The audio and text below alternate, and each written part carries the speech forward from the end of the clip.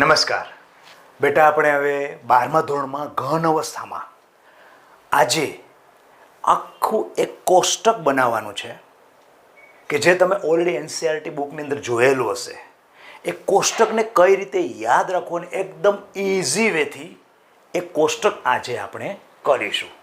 પરંતુ લાસ્ટ જે આપણે લીધેલું હતું એ યાદ કરો કે એકમ કોષ એકમ કોષ એકમ કોષ એકમ કોષ એકમ કોષ આવી રીતે ભેગા થઈને આખો એક સ્ફટિક બને છે, જેને કહેવાય સ્ફટિક લેટિસ. લેટિસ શું હતું? પર્ટિક્યુલર બિંદુઓની ભાત. બિંદુ તરીકે કોણ હોય? અણુ, પરમાણુ કે આયન હોય. એની અંદર પાયો નાખ્યો હતો, જેમ કે એને પ્લસ નાખેલું છે, કાર્બન નાખેલું છે, પછી એને સીએલ નાખે, એને પ્લસ અને સીએલ માઇનસ નાખ્યો છે, તો એને સીએલનો સ્ફટિક બન્યો, ગ્રેફાઇટનો સ્ફટિક બન્યો, ફોસ્ફરસનો સ્ફટિક બન્યો, સલ્ફરનો સ્ફટિક બન્યો.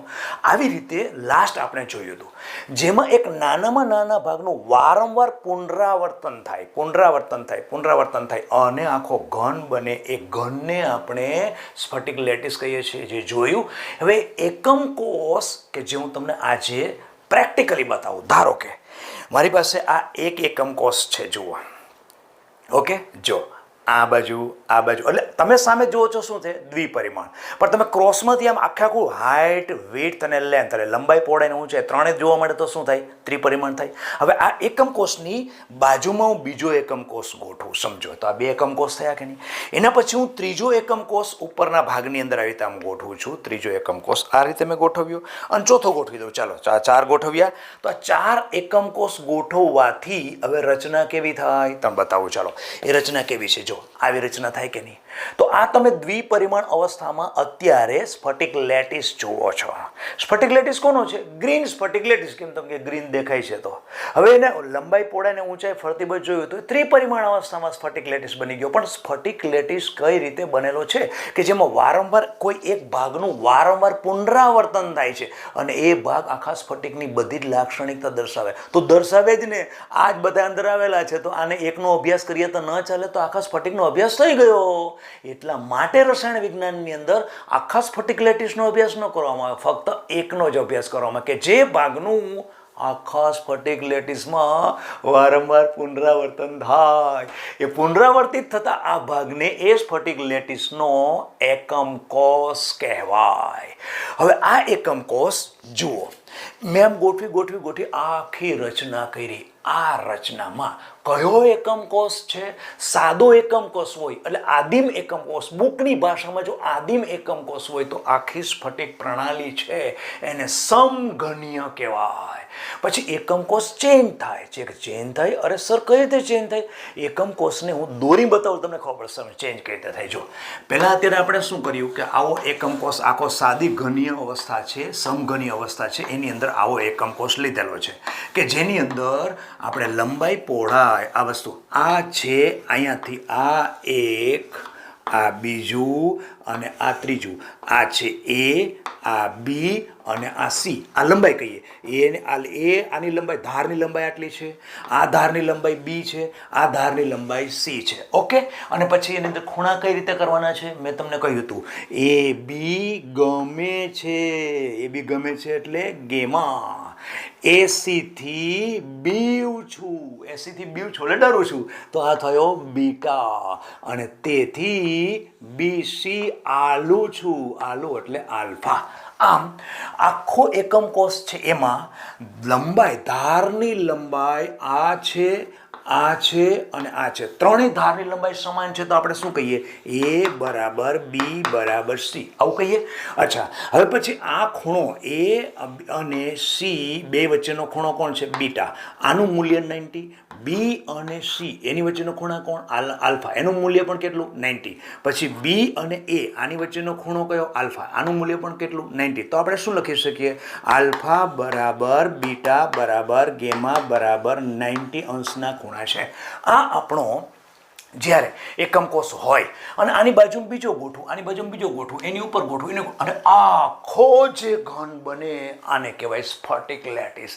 અને આ સ્ફટિક લેટિસ છે આને કહેવાય સમઘનીય સ્ફટિક લેટિસ. હવે જો હું બેટા ચેન્જ કરું છું, ધારો કે આનો આમ ચપટો કરી નાખું, આમ દબાવી દો એટલે આ સી, આ જે લંબાઈ છે એ શું થાય, ઓછી થઈ જાય, આટલી થઈ ગઈ, બરોબર છે. તો પોઝિશન કેવી થઈ, એ અને બી કેવા થયા, સરખા થયા, પણ એ આ સી એના જેટલો નથી, સી તો આટલો જ છે. તો આમ લખી શકાય એ બરાબર બી, પણ એ સી જેટલા નથી, આવું કહી શકાય કે. તો ખૂણા તમારા કેવા રહ્યા, ખૂણા તો તમારા 90 રહ્યા, તો ખૂણા માટે આ કહી શકાય. હવે તમે જે રચના કરશો એ રચના તમારી બદલી જશે. તેથી કરીને આવી રીતે રચના, મૂળભૂત 7 રચનાઓ છે, મૂળભૂત 7 રચના. એમાં કોણ આવે તો કે સમઘનીય, પહેલાં તો આપણે જોયું રોમ્બોહેડ્રલ છે, પછી ષષ્ઠકોણીય છે, પછી મોનોક્લિનિક છે, પછી ટ્રાયક્લિનિક છે. આવા અલગ અલગ પ્રકારના 7 મૂળભૂત ઘનો બનાવવામાં આવે છે. બેટા ખ્યાલ આવી ગયો કઈ રીતે? ધારો કે હું આવો સમઘન એક રાખું, બરાબર છે, સમઘન, તો આખો મને ઘન બન્યો, એને કેવો ગણાશે? અને એકમ કોષ જ કોણ હતો? એની અંદર સમઘન તરીકે એકમ કોષ હતો, એટલે આદિમ કોષ હતો. તો એનાથી જે ઘન બન્યો છે એ સાદી રચના ગણાશે. આવી ચતુષ્ફલકી રચના પણ બને, ઓર્થોરોમ્બિક પણ બને, રોમ્બોહેડ્રલ પણ બને, ષષ્ઠકોણીય બને, અથવા તો મોનોક્લિનિક બને, ત્રિકોણીય બને. એટલે એ કેવી બને છે એનો આધાર કોની ઉપર રહેશે? તમારો એકમ કોષ કેવો છે. તો થાય પછી સર એકમ કોષ કેવો છે એમાં જરા ખબર ન પડી. કઈ રીતે? અરે બેટા ધાર આ લંબાઈ છે ને એ બદલી જાય, હમણાં બતાવ્યું ને. તો ખૂણા પણ બદલી જાય. ધારો કે આખું બોક્સ છે, એનો અહીંથી ખૂણો આમ દબાવવું, પોચું હોય, ચાલો આમ સળીઓ લગાવેલી હોય, આમ કરી દબાવવું તો ક્રોસમાં થઈ જાય, તો ખૂણા તમારા બદલી જાય, લંબાઈ પણ બદલી જશે. તો એવા એકમ કોષથી તમે જે ઘન બનાવો એ તમારો નવો ઘન થશે. એ નવા ઘનનું નવું નામ આપે. નવું ગામ એટલે ષષ્ઠકોણીય આપી શકે, મોનોક્લિનિક પણ હોઈ શકે, રોમ્બોહેડ્રલ પણ હોઈ શકે, ચતુષ્કોણીય પણ હોઈ શકે, કોઈ પણ હોઈ શકે. આમ આપણે જે 7 રચના જે કરવાની છે એ કોના બેઝથી કરવાની છે? 7 પહેલા એકમ કોષને જોવાના છે કે એ જે આખી ઘનીય રચના બની છે એમાં એકમ કોષ કેવો છે. એકમ કોષ કઈ રીતે બદલશે? એકમ કોષ બદલે એટલે ઘન બદલે. સિમ્પલ, તમે આ ચોરસ તેલના ડબ્બા મૂકો અને પછી જુઓ. ઓકે, હવે તમે બધા તેલના ડબ્બાને ક્રોસ કરો, પછી રચના જુઓ તો તમારો ઘન આવો બનશે. સીધી જ વાત છે. ત્રિકોણીય આવી રીતે ચોરસ જેવો, સમચતુષ્ફલકી જેવો બની જશે. તો એ તમારો ઘનનો પ્રકાર અલગ. કેમ અલગ થયો? કારણ કે એમાં તમારો એકમ કોષ અલગ છે.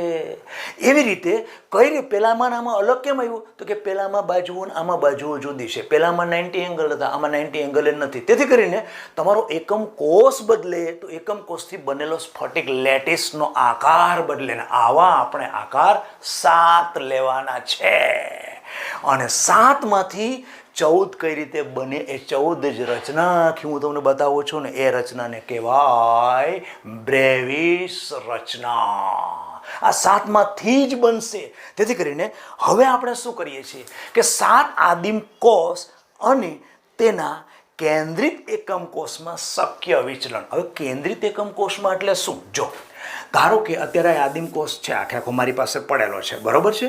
હવે આની અંદર બધી ખૂણાઓ પર તો ગોળાઓ છે જ, આ બધા ખૂણાઓ પર ગોળાઓ છે. ઓકે, યસ છે. ચાલો હવે વચ્ચેના ભાગની અંદર હું એક ગોળો અહીંયા મૂકી દઉં તો એ કઈ રચના થઈ? કેન્દ્રિત રચના થઈ, બરોબર છે. તો આને કેવો કહેવાય? અંતઃકેન્દ્રિત. પહેલા કેવો હતો? આદિમ. આદિમ એટલે સાદો કોષ. આદિમ એટલે કેવો? આદિમ એટલે આખો આપણે આ કર્યો ને એ કેવો થયો? સાદો કોષ. સાદા કોષમાં શું હોય? સાદા એકમ કોષની અંદર બધા ખૂણા ઉપર એક ગોળા હોય.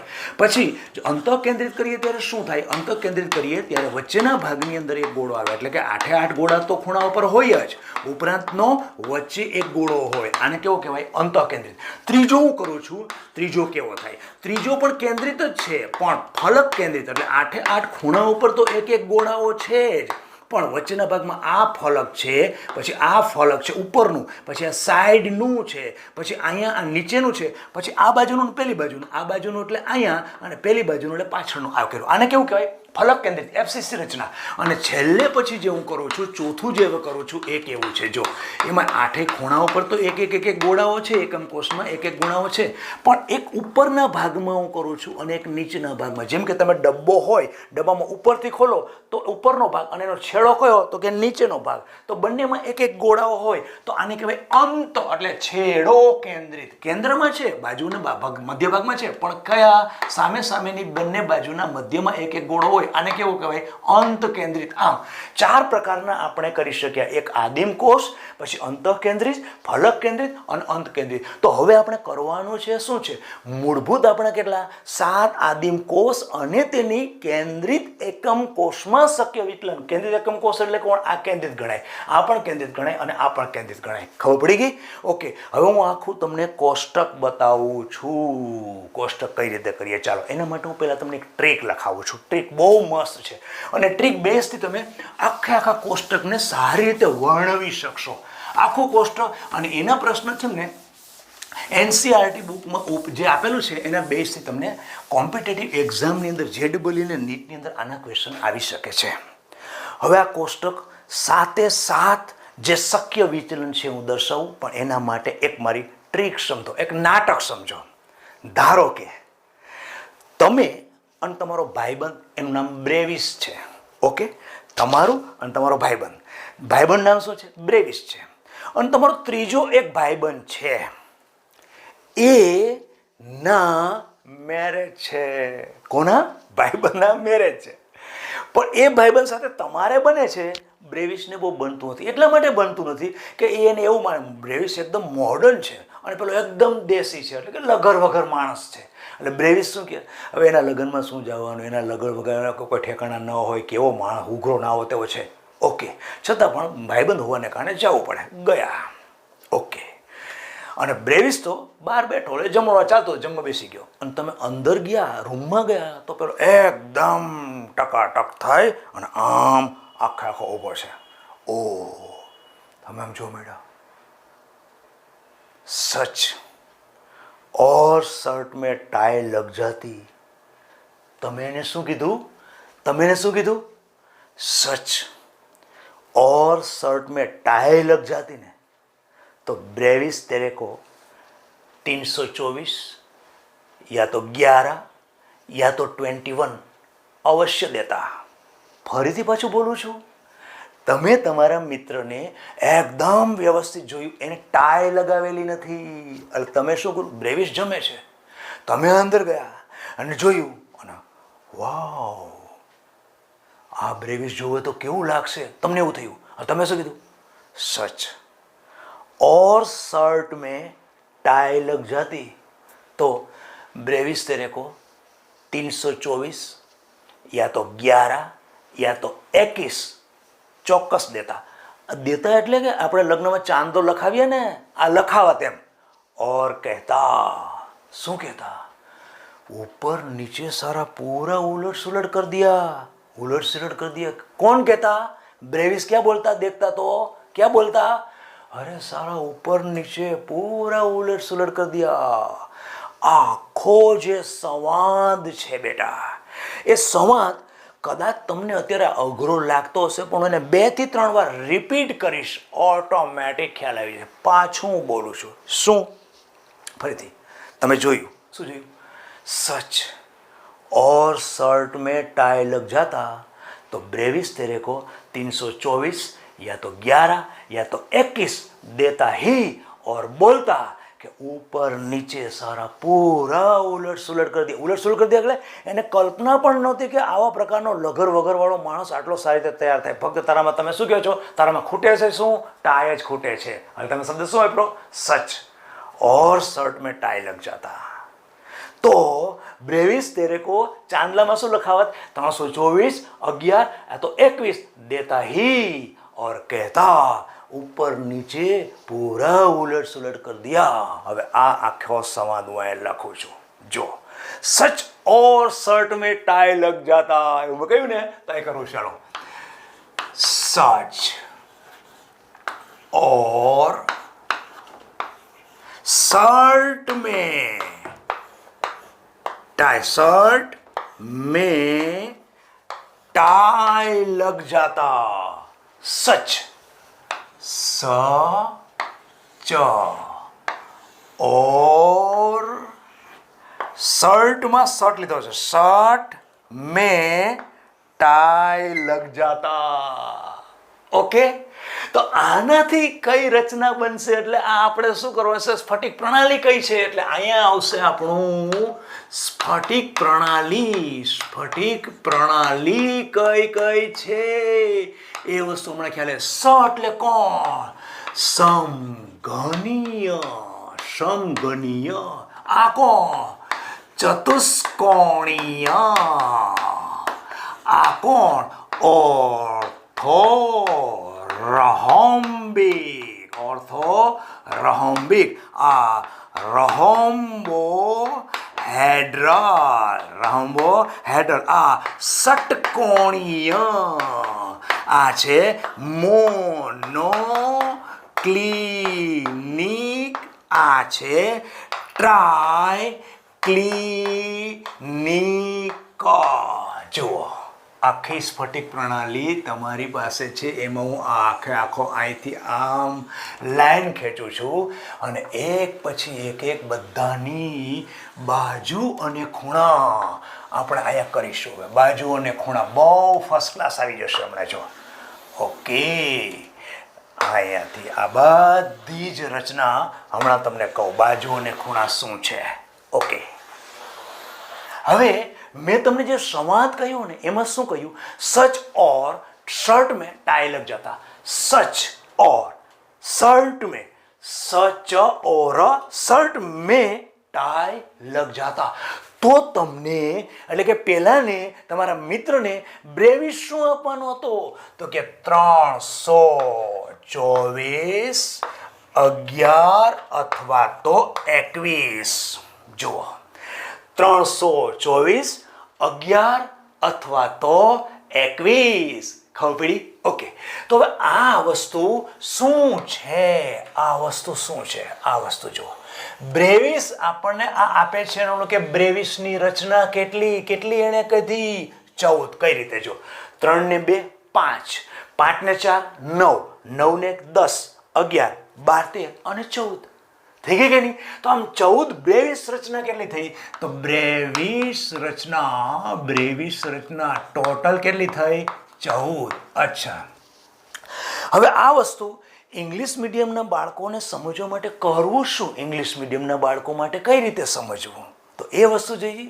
સીટી ઓર. જો સી ટી ઓર એચ એમ ટી. સી એટલે ક્યુબિક, ટી એટલે ટેટ્રાહેડ્રલ, ઓ એટલે ઓર્થોરોમ્બિક, આર એટલે રોમ્બોહેડ્રલ, એચ એટલે હેક્ઝાગોનલ, એમ એટલે મોનોક્લિનિક અને ટી એટલે ટ્રાયક્લિનિક. આ ઇંગ્લિશ મીડિયમના બાળકોને સમજવા માટે મેં બનાવ્યું છે. એના માટે શું છે? સીટી ઓર એચએમટી. એચએમટીની ઘડિયાળ આવતી હતી, ખબર છે? સીટી ઓર એચએમટી. આ થઈ ગયું. ક્લિયર? આમ તમારે કઈ કઈ રચના કરવી છે ને એ બધી વસ્તુ કહી દીધી મેં તમને. અને હવે 3 2 4 1 1 2 1 આ વસ્તુ શું છે ને એ પણ તમને કહું હું. ચાલો, હમણાં આપણે અહીંયા શું કરેલું હતું?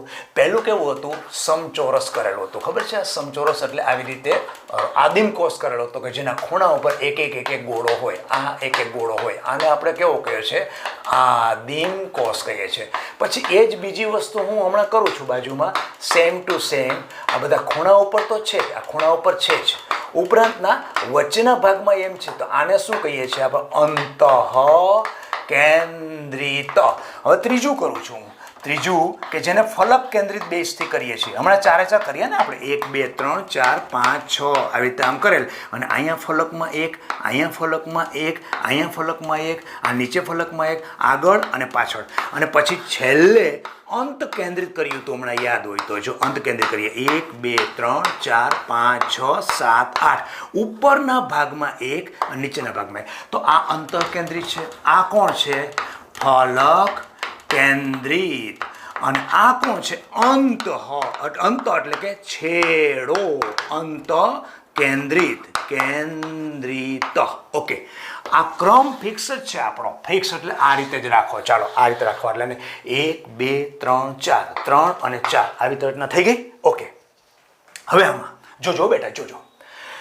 અહીંયા 3 2 4 આ બધામાં આદિમ કોષ તો છે જ. આદિમ કોષ તો છે, કારણ કે તમે શેનું વર્ણન કરો છો? 7 આદિમ કોષ, એટલે 7માં કોણ છે? આ બધી રચના ત્યારે આદિમ કોષમાં તો આ રચના શક્ય છે જ. આદિમ કોષ તમે લઈને તો કરી શકો છો. આદિમ કોષ લઈને સમઘનીય બનાવી શકો, આદિમ કોષ લઈને ચતુષ્કોણી બનાવી શકો, આદિમ કોષ લઈને આદિમ કોષથી રોમ્બિક બનાવી શકો, ષષ્ઠકોણી બનાવી શકો, મોનોક્લિનિક બનાવી શકો, ટ્રાયક્લિનિક પણ બનાવી શકો છો. આદિમ કોષ લઈને બધું બનાવી શકો. એટલે કે આ તમે સમઘનીય રચના ટોટલ શક્ય રચના કેટલી છે? 3 છે. એમાંનો એક તો આદિમ કોષ છે. અચ્છા, તો બાકી કેટલી રહી? 2. ઓકે, ક્રમ તમારો ભૂલતા નહીં. તો 2 કઈ? તો કે આ 1, 2, 3 ને 4 આ રીતે જાઓ તો 2 કોણ રહી? આવી ગયો તો બાકીની 2. એટલે આમાં રચના કોણ કોણ આવે છે? આમાં કોણ કોણ આવે છે? આદિમ આવે, અંતઃકેન્દ્રિત આવે અને ફલક કેન્દ્રિત. આમાં કોણ આવશે? 3 આવશે. આદિમ તો એ જ, પછી બીજા કોણ? અંતઃકેન્દ્રિત, ફલક કેન્દ્રિત. આદિમ, અંતઃકેન્દ્રિત, ફલક કેન્દ્રિત. ઓકે, જો એકદમ ઇઝી વેથી તમને યાદ રાખવા માટે ટોટલ રચના કેટલી છે?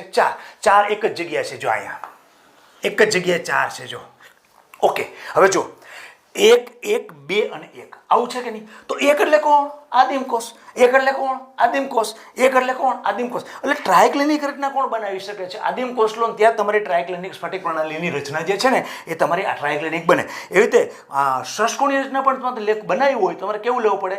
એકમ કોષ તરીકે શું લેવો પડે? આદિમ કોષ લેવો પડે. ખ્યાલ આવી ગયો? તો આમ તમારો આદિમ કોષ, આદિમ કોષ, આદિમ કોષ, આદિમ કોષની રચના આ બને, આદિમ કોષથી રચના આ બને, આદિમ કોષ લીધેલ હોય તો રચના આ પણ બને. એની બાજુઓ અને ખૂણાઓ જુદા હશે, હું તમને કરાવું છું હમણાં. તો પછી આ કોણ? તો આખી રચના છેલ્લે આવે છે ને, એનો મતલબ કે આ છેલ્લી છે. એટલે કઈ? તો કે છેલ્લીમાં એટલે છેલ્લી એટલે અંત કેન્દ્રિત. તો આમાં કોણ હશે?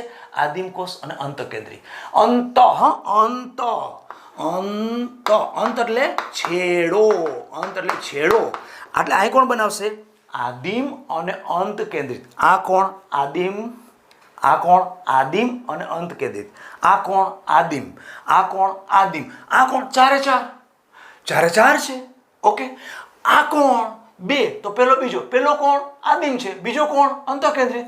ખબર પડી ગઈ? પહેલો કોણ? આદિમ છે. બીજો કોણ? અંત કેન્દ્રિત. આ કોણ? પેલો બીજો ત્રીજો. તમે ક્રમ ફિક્સ રાખો ને, ક્રમ ફિક્સ રાખો. પેલો કોણ છે? આદિમ, અંત, ફલક. ઓકે, 1, 2, 3 થયું. 4 રચના ક્યાં છે? અહીંયા જ છે. તો પેલી 4 અહીંયા જ છે. ઓકે, અહીંયા શું છે? તો કે છેલ્લે આવ્યું ને તો છેલ્લો છે. કયો? તો કે અંત કેન્દ્રિત. અંત એટલે છેડો. એટલે કોણ આવે? આદિમ. બધામાં આદિમ તો છે જ. તો આદિમ. આમાં કોણ? આદિમ ઉપરાંત છેલ્લે આવે છે એટલે શું કહેશો? આદિમ ઉપરાંત અંત કેન્દ્રિત. પછી આદિમ, પછી આદિમ, પછી કોણ? 4 જે 4 છે. કોણ? તો કે આદિમ, અંત કેન્દ્રિત, ફલક કેન્દ્રિત અને અંત કેન્દ્રિત. અહીંયા કોણ છે? બીજો. 2 છે તો એક તો આદિમ છે. બીજો કયો? બીજા નંબરનો છે જ. કયો? આદિમ અને અંત. આમાં 3 છે. 3 કોણ? તો પેલા 3 કયા? આદિમ, અંત, ફલક. ક્લિયર થઈ ગયું? આમ આખી આ પોર્શન ક્લિયર થયું બેટા? શું કર્યું પહેલા આપણે? કઈ રીતે કર્યું? તમે જ્યારે અંદર ગયા, તમારા ભાઈબંધના મેરેજમાં જાઓ છો ત્યાં તમે શું કરો છો? પેલો જમણો બેસી જાય છે, બ્રેવિસ ત્યાં બેસી જાય છે. તમે આખું સંવાદ જ કરો. તમે જુઓ, જોયો. जबरदस्त यार, सच. और शर्ट में टाई लग जाता. એને તમે જુઓ છો ત્યારે શર્ટમાં ટાઈ નથી લગાવી. સમાજ જુઓ. और शर्ट में टाई लग जाता तो ब्रेविस तेरे को 324 या तो 11 या तो 21 देता ही और कहता कि पूरा ऊपर नीचे उलट सुलट हो गया. હવે ઉલટ સુલટ શું છે હું કહું છું હમણાં. તો તમે શું કર્યું? ઓ સચ और शर्ट में टाई लग जाता. स એટલે સમઘનીય, ચ એટલે ચતુષ્ફલકીય, ઓ એટલે ઓર્થોરોમ્બિક, ર એટલે રંબોહેડ્રલ, ષટકોણીય, મોનોક્લિનિક, ટ્રાયક્લિનિક. પતી ગયું. તમે રચના તો સ્ફટિક પ્રણાલી થઈ ગઈ કે નહીં? સ્ફટિક પ્રણાલી કઈ કઈ રચના છે એ તો ખ્યાલ આવી ગયો. હવે સર આમાં કોણ કોણ કહી શકે? કોણ તમારો ઘન લેવો પડે? કયો? તો કે 3 છે. કયા? પેલા 3. કયું? આદિમ, અંત કેન્દ્રિત, ફલક કેન્દ્રિત. અચ્છા સર 2 છે તો કોણ? પેલા 2 કોણ? આદિમ, અંત કેન્દ્રિત. આમાં કોણ છે? એ તો 4 છે. આ કોણ? ખાલી આદિમ છે. અહીંયા છેલ્લે આવે અંત કેન્દ્રિત. આદિમ તો ખરો જ, ઉપરાંત અંત કેન્દ્રિત. અને છેલ્લે કોણ? એ તો આદિમ છે જ. ઓકે, હવે જે લઈએ છીએ હવે એ લઈએ અક્ષીય અંતર. અહીંયા લઉં છું અક્ષીય અંતર. તો અક્ષીય અંતર એટલે મેં તમને કહ્યું હતું ને કે આ જે તમે લીધો તો આના વચ્ચે અંતર કેટલું છે, એ ને બી લીધો હોય કે એને સી લીધો હોય તો આ બે વચ્ચે અંતર કેટલું છે, આ બે વચ્ચે અંતર કેટલું છે. ધારો કે આપણે આને એક અંતર કહીએ, આ બી કહીએ, આ સી કહીએ, તો આના વચ્ચે અંતર કેટલું છે, એ બી વચ્ચે કોણ, એ બી ગમે છે એટલે ગેમા, એસીથી બી છું એટલે બીટા, અને એ બી આલું છું એટલે આલ્ફા. આ ખૂણા હવે મારે શું લેવાના છે, આ બાજુઓ લેવાની છે. તો અહીંયા એ લઈશ અને એના પછી જે હું લઉં છું અહીંયા હવે લઉં છું એના પછી એ છે ખૂણાઓ, અક્ષીય ખૂણાઓ આ લઉં છું. જુઓ હવે બરાબર જુઓ બેટા, પહેલા આ સમઘનીય છે ને થોડું સમજી પણ લો, કેમેસ્ટ્રી વાઇઝ સમજી પણ લો. સમઘનીયમાં શું હશે, આખો ઘન કેવો હશે, આદિમકોષ, આદિમકોષ, આદિમકોષ, આદિમકોષ, આદિમકોષ, આદિમકોષ, આખો ઘન બની ગયો. આહા, બધામાં આદિમકોષ છે. હા, આદિમકોષથી આ સમઘન બનેલો છે, સાચી વાત છે. એમાં પછી અંતઃકેન્દ્રિત હોઈ શકે, ફલક કેન્દ્રિત હોઈ શકે, પરંતુ આદિમ સ્વરૂપે તમે લીધેલો છે અને એમાં બધી બાજુઓ સરખી અને બધા ખૂણાઓ સરખા. ખૂણાઓને તમે કેવી રીતે લખો છો, આલ્ફા, બીટા ને ગેમા. બાજુઓને કઈ રીતે કહો છો, એ બી સી. તો આની અંદર કેવું હોય, એ બરાબર બી બરાબર સી, આલ્ફા બરાબર બીટા બરાબર ગેમા. બરાબર કેટલા જોવા મળે છે, 90 એંગલના જોવા મળે છે. પછી એ આદિમ કોષમાં વચ્ચે તમે આ મૂકી દો, વચ્ચે મૂકી દો તો કઈ બાજુના લેન્થમાં કઈ થોડું થવાનું છે.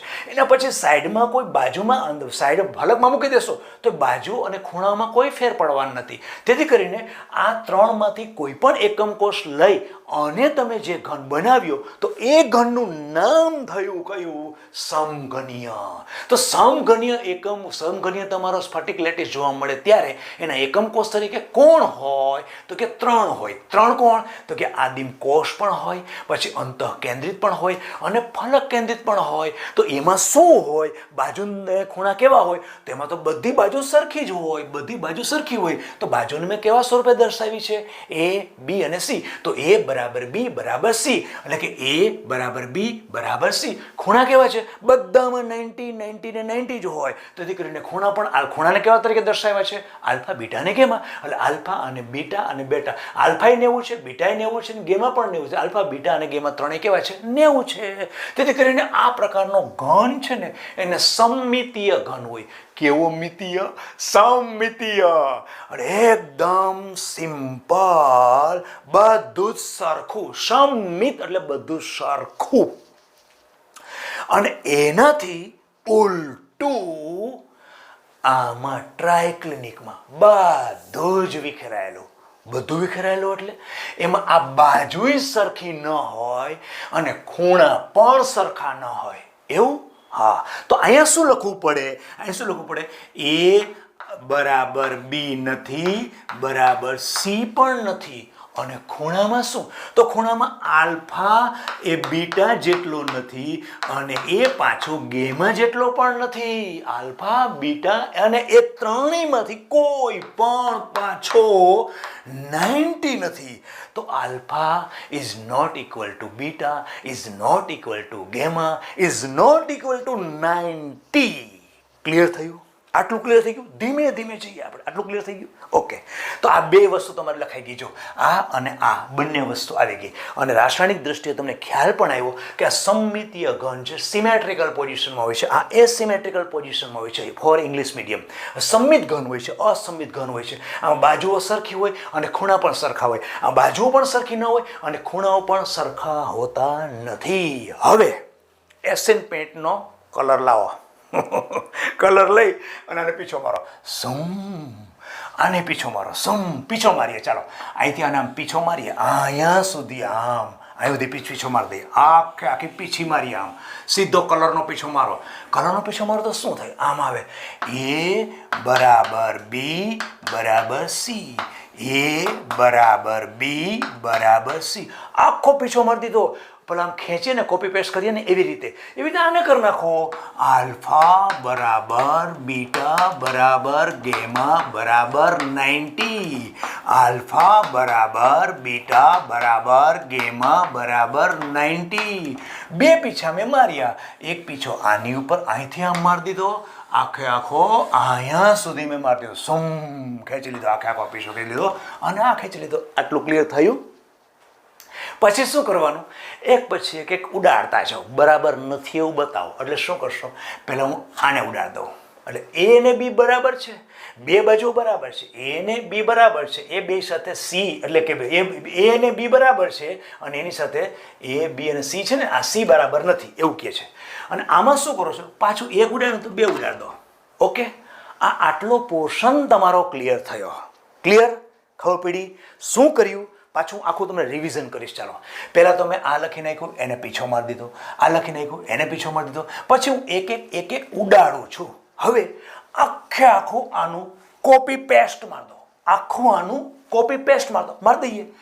એ બરાબર બી બરાબર સી, પછી એ બરાબર B is not equal to C અને A is not equal to B and not equal to C. આ ત્રીજું આવી ગયું. ખ્યાલ આવી ગયો? એટલે આ ત્રણ વસ્તુ એક્ઝેક્ટ ત્રણ વસ્તુ મેં બેસાડી દીધી. જો અહીંથી કર્યું એ બરાબર બી, પછી એ બરાબર બી, સી બરાબર નથી, એ ત્રણેય સ બરાબર નથી. ક્લિયર થયું? ઓકે, હવે શું કરશું? હવે અહીંયા આવ્યા પછી કેની રચના આવે છે? હવે આ ત્રણેય ખૂણાઓ બધા તમે જે મૂક્યું છે એમાં હવે આને ઉડાડ દેવાનો. એટલે કે આલ્ફા બરાબર બીટા બરાબર ગેમા સરખા છે પણ 90 નથી. આ ત્રણેય સરખા છે એટલે કે આમ છે બધાને આમ છે, પણ આમ થયા વગર 90 નથી. આમ હોય તો 90 થાય ને. બધા સરખા છે, આલ્ફા બીટા અને ગેમા. આલ્ફા બીટા અને ગેમા આ ત્રણેય ખૂણાઓ સરખા છે એટલે કે 60 છે, 110 120 120 છે, સરખા છે પણ 90 એકેય નથી. એટલે અહીં શું લખાય? આલ્ફા બીટા અને ગેમા સરખા છે પણ 90 નથી. હવે કોલમ કેટલા રહ્યા? 2. ઓકે, હવે એક અહીંથી સુધી પહોંચ્યા, તમે અહીંયાથી તમે બરાબર નથી એવું કર્યું. હવે શું કરો કે બે ખૂણા 90ના છે, બે ખૂણા 90ના છે. કોણ? તો કે આલ્ફા અને બીટા બરાબર 90 છે. આ બંનેને મેં 90 લઈ લીધા. હવે પછી શું કરવાનું? પાછા બે ખૂણા 90ના કરવાના, પણ આલ્ફા તો રહેવા જ દેવાનો, પણ ગેમાને ઘુસાડી દેવાનો. એટલે શું થશે? આલ્ફા અને ગેમા 90 છે. જો અહીંયા આવીને ફરીથી હું તમને બતાવું શું કર્યું હતું. પહેલાં તમારા બધા કેવા હતા? 90 હતા. પછી શું કર્યું? આ બધામાં 90 ક્રોસ કરી નાખ્યું. એટલે કે મિનિંગ એવો થયો કે ત્રણેય સરખા છે પણ ત્રણમાંથી એકોય 90 નથી. પછી શું કર્યું કે આ ત્રણમાંથી આલ્ફાને કોમન લઈ લો, પણ આ બે ખૂણા તમારા 90ના છે, બે ખૂણા 90ના છે, બે ખૂણા 90ના કરો. આ બે ખૂણા 90ના કર્યા, પછી આને આ ખૂણો 90નો કર્યો. પહેલાં આલ્ફા બીટા 90ના કર્યા, પછી આલ્ફાને ગેમા 90નો કર્યો. હવે ત્રીજો ખૂણો તમારે દર્શાવવો તો પડે કે નહીં? ત્રીજો ખૂણો દર્શાવીએ તો અહીંયા શું કરશું? જો કઈ રચના છે? ષષ્ઠકોણીય. ષષ્ઠકોણીય રચના એટલે કેવી રચના થાય? વિચાર કરો, આવી રચના થાય કે નહીં?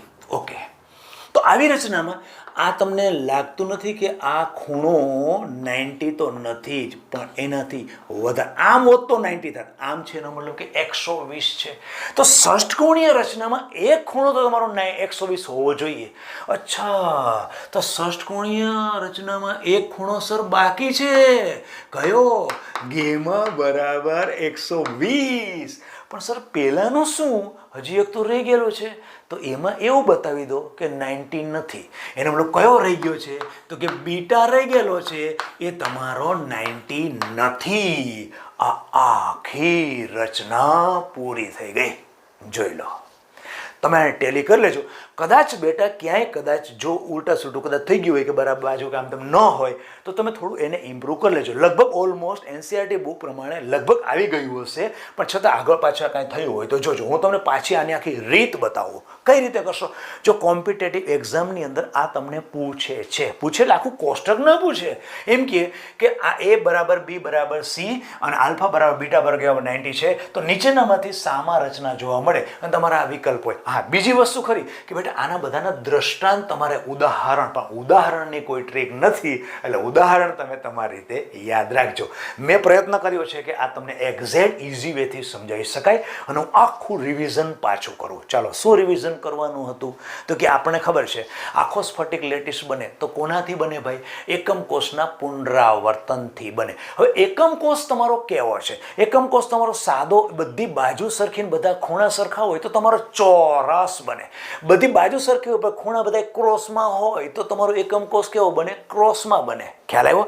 એકમ કોષ એકદમ ચપટો હોય, આમને આમ લાંબો હોય તો તમે એકમ કોષ બનવા તમારો ઘન કેવો બનશે? આવો બનશે. આમ એકમ કોષ કેવો છે એની ઉપરથી તમારો ઘન બનશે, એટલે કે સ્ફટિક બનશે. તો આપણે કર્યું શું? આવા 7 પ્રકારની ઘન બનાવ્યા. ઘન જે બન્યા ને એવા 7 પ્રકારના આવા સ્ફટિક બનાવ્યા કે જે સ્ફટિકની અંદર દરેક એકમ કોષ જુદો જુદો છે. એકમ કોષ જુદો કઈ કઈ રીતે હોઈ શકે? તો સર એની અંદર કઈ રીતે? પૂછો મને કઈ રીતે હોઈ શકે?